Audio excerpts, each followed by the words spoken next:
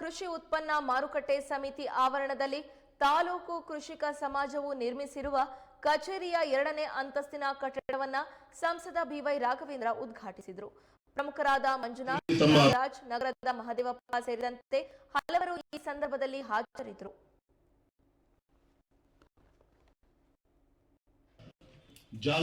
ತಮ್ಮ ಅಪೇಕ್ಷಿತಕ್ಕಂತೆ ನಮ್ಮ ನಿಕಟಪೂರ್ವ ಮುಖ್ಯಮಂತ್ರಿ ಅಂತ ಸನ್ಮಾನಿಸಿದ ಯಡಿಯೂರಪ್ಪನವರ ಒಂದು ಆಶ್ವಾಸದಿಂದ ಜಾಗ ಮತ್ತೆ ಕಟ್ಟಡವನ್ನ ಸಂಪೂರ್ಣವಾಗಿ ಮಾಡಿಕೊಳ್ಳುವಂತ ಕೆಲಸವನ್ನ ಸನ್ಮಾನಿಸಿದ ಯಡಿಯೂರಪ್ಪನವರ ಆಶ್ವಾಸದಿಂದ ಆಗಿದೆ. ಅವರಿಗೆ ಚಪ್ಪಾಳೆ ತಟ್ಟುವ ಮುಖಾಂತರ ಉತ್ಪೂರ್ವ ಅಭಿನಂದನೆ ಸಲ್ಲಿಸಬೇಕು ಅಂತ ನಾನು ವಿನಂತಿ. ವಿಜ್ಞಾನ ಎಷ್ಟೇ ಮುಂದುವರೆದಿದ್ರು ಕೂಡ ಒಂದು ತುತ್ತು ಅನ್ನ ಉತ್ಪಾದನೆ ಮಾಡಬೇಕು ಅಂದ್ರೆ ಆ ರೈತ ಬೇಸಾಯ ಮಾಡಿದಾಗ ಮಾತ್ರ ಈ ನಾಡಿಗೆ ಒಂದು ತುತ್ತು ಅನ್ನ ಕೊಡ್ಲಿಕ್ಕೆ ಸಾಧ್ಯ.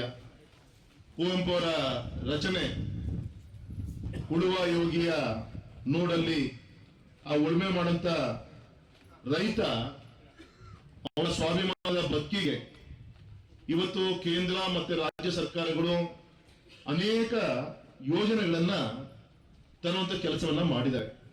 ಅದನ್ನ ಕಟ್ಟಕಡೆಯ ರೈತರಿಗೆ ಮುಟ್ಟಿಸುವಂತ ಒಂದು ಕೇಂದ್ರ ನಮ್ಮ ಈ ಕೃಷಿಕ ಸಮಾಜ ಒಂದು ಕೇಂದ್ರವಾಗಿ ಕೆಲಸವನ್ನ ನಿರ್ವಹಣೆಯನ್ನು ಮಾಡಬಹುದಾ? 2ನೇ ಅಂತಸ್ತಿನ ಮಹಡಿಯ ಒಂದು ಉದ್ಘಾಟನೆ ಆಗಿದೆ. ಟ್ರೈನಿಂಗ್ ಅನ್ನ ಕೊಡುವಂತ ಒಂದು ಕೇಂದ್ರ ಅಂತ ನಮ್ಮ ಸನ್ಮಾನಿತ ನಗರದ ಮಹದೇವಪ್ಪನವರು ನಮ್ಮ ಈಶ್ವರಪ್ಪನವರು ಹೇಳ್ತಾ ಬಳಸಿಕೊಂಡು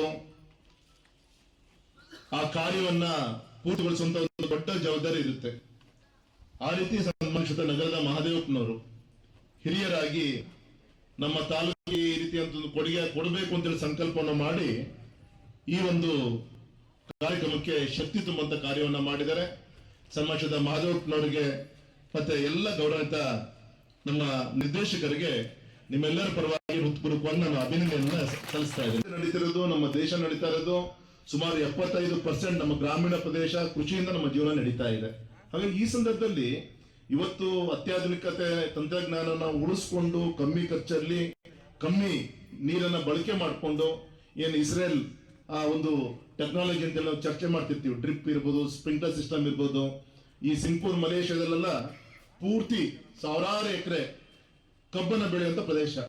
ಆ ರೈತರ ಜಮೀನ್ ಮೇಲೆ ಆ ರೈಲ್ವೆ ಆ ಗೂಡ್ಸ್ ಟ್ರೈನ್ ಹೋಗ್ತಾ ಇರುತ್ತೆ. ಅಲ್ಲೇ ರೈತರು ಕಬ್ಬನ್ನ ಕಟಾವು ಮಾಡಿ ಆ ಟ್ರಾಲಿ ತುಂಬ್ತಾ ಇರ್ತಾರೆ. ನೇರ ಟ್ರೈನ್ ಹೋಗಿ ಶುಗರ್ ಫ್ಯಾಕ್ಟರಿ ನಿಲ್ಲುತ್ತೆ. ಕಮ್ಮಿ ಶ್ರಮ ಆಗ್ಬೇಕು, ಹೆಚ್ಚಿನ ಲಾಭ ಸಿಗ್ಬೇಕು. ಅದಕ್ಕೆ ಈ ಆಧುನಿಕತೆಯನ್ನು ನಾವು ಉಪಯೋಗಿಸ್ಕೊಂಡು ಏನೇನು ಆ ದಿಕ್ಕಲ್ಲಿ ಪ್ರಯತ್ನ ಮಾಡಬೇಕು. ಆ ದಿಕ್ಕಲ್ಲಿ ಬರೋದ್ರಿಂದ ಒಡೆದುಗಳು ಬರೋದಿದೆ. ಈಗಾಗಲೇ ಸಾಕಷ್ಟು ಬದಲಾವಣೆಗಳು ನಾವೆಲ್ಲರೂ ಕೂಡ ನೋಡ್ತಾ ಇದ್ದೀವಿ. ಸನ್ಮಾನಿತ ನರೇಂದ್ರ ಮೋದಿಜಿಯವರ ಸರ್ಕಾರ ಕೃಷಿಕರಿಗೆ ಆದ್ಯತೆಯನ್ನು ಕೊಟ್ಟು ಮೊನ್ನೆ ಬಜೆಟ್ ನಲ್ಲೂ ಕೂಡ ಅನೇಕ ಯೋಜನೆಗಳನ್ನ, ಅದು ಕೃಷಿ ಸನ್ಮಾನ ಇರಬಹುದು, ಬೇರೆ ಬೇರೆಯ ಯೋಜನೆಗಳನ್ನ ಘೋಷಣೆ ಮಾಡಿರೋದು ನಿಮ್ಗೆ ಗೊತ್ತಂತ ವಿಚಾರ. ಮತ್ತೆ ನಮಗೆಲ್ಲರೂ ಕೂಡ ರೈತರಿಗೆ ಗೊತ್ತಿರಲಿ, ನಾವು ಉಪಯೋಗಿಸುವಂತ ಒಂದು ಚೀಲ ಯೂರಿಯಾ ಗೊಬ್ಬರ 280 ರೂಪಾಯಿ ನಮ್ಮ ಅಂಗಡಿ ಸಿಗುತ್ತೆ. ಉತ್ಪಾದನೆ ವೆಚ್ಚ ಎಷ್ಟು? 1800 1900 ರೂಪಾಯಿ ಆಗುತ್ತೆ. ನಾವು ಉಪಯೋಗಿಸುವಂತ DAP ಗೊಬ್ಬರ ನಮಗೆ ಅಂಗಡಿ 1600 ರೂಪಾಯಿ, 1200, ನಾನು 600 ರೂಪಾಯಿ ಇದೆ, 1350 ಇದೆ. ಉತ್ಪಾದನೆ ವೆಚ್ಚ ಎಷ್ಟು?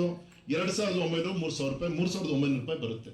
ಪೊಟ್ಯಾಶ್ ಗೊಬ್ಬರ 1800 ನಮ್ಮ ಅಂಗಡಿ ಸಿಕ್ಕರೆ ಉತ್ಪಾದನೆ ವೆಚ್ಚ 3900. ಅಂದ್ರೆ ಸರ್ಕಾರ ನಮ್ಮ ರೈತರು ಉಪಯೋಗಿಸುವಂತ ಗೊಬ್ಬರಕ್ಕೆ 2 ಲಕ್ಷ ಕೋಟಿಗಿಂತ ಹೆಚ್ಚು ಪ್ರತಿ ವರ್ಷ ಸಬ್ಸಿಡಿಯನ್ನ ಸಂಬಂಧಪಟ್ಟಂತ ಆ ಫರ್ಟಿಲೈಸರ್ ಕಂಪನಿಗೆ ಹಣವನ್ನ ಕೊಡ್ತಾ ಇರ್ತಾರೆ. ಅಂದ್ರೆ ರೈತರಿಗೆ ಬೇಕಾದಂತ ಈ ರೀತಿ ಶಕ್ತಿ ತುಂಬಂತ ಅನೇಕ ಕಾರ್ಯಕ್ರಮಗಳು ಆ ಸರ್ಕಾರಗಳಿದ್ದಾಗ ಅನೇಕ ಯೋಜನೆಗಳನ್ನು ಜಾರಿ ತರ್ಕೊಂತ ಬರ್ತಾ ಇದೆ.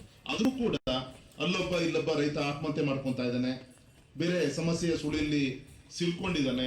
ಅದನ್ನ ಹೇಗೆ ಆ ರೈತನ ಆ ಸುಳಿಯಿಂದ ಹೊರಗೆ ತೆಗೆದು ಯಾವ ರೀತಿ ಪ್ರಯತ್ನ ಮಾಡಬಹುದು ಅನ್ನೋದು ನಾವೆಲ್ಲರೂ ಕೂಡ ಗಮನವನ್ನ ಕೊಡಬೇಕಾಗಿದೆ. ಕಾರ್ಯಗಳು ಶ್ರಾವಣ ಮಾಸ ಕಾರ್ಯಕ್ರಮ ನಡೀತಾ ಇದೆ. ಕ್ಷಮೆ ಇರಲಿ. ವೇದಿಕೆಲಿದ್ದಂತ ಎಲ್ಲ ರೈತ ಬಂಧವರು, ನಾನೇ ಈ ಊರಿನ ಒಬ್ಬ ಮಗನಾಗಿ ನಿಮ್ಮನ್ನೆಲ್ಲ ಸ್ವಾಗತವನ್ನ ಈ ಸಂದರ್ಭದಲ್ಲಿ ಬಯಸ್ತಾ ಇದ್ದೇನೆ.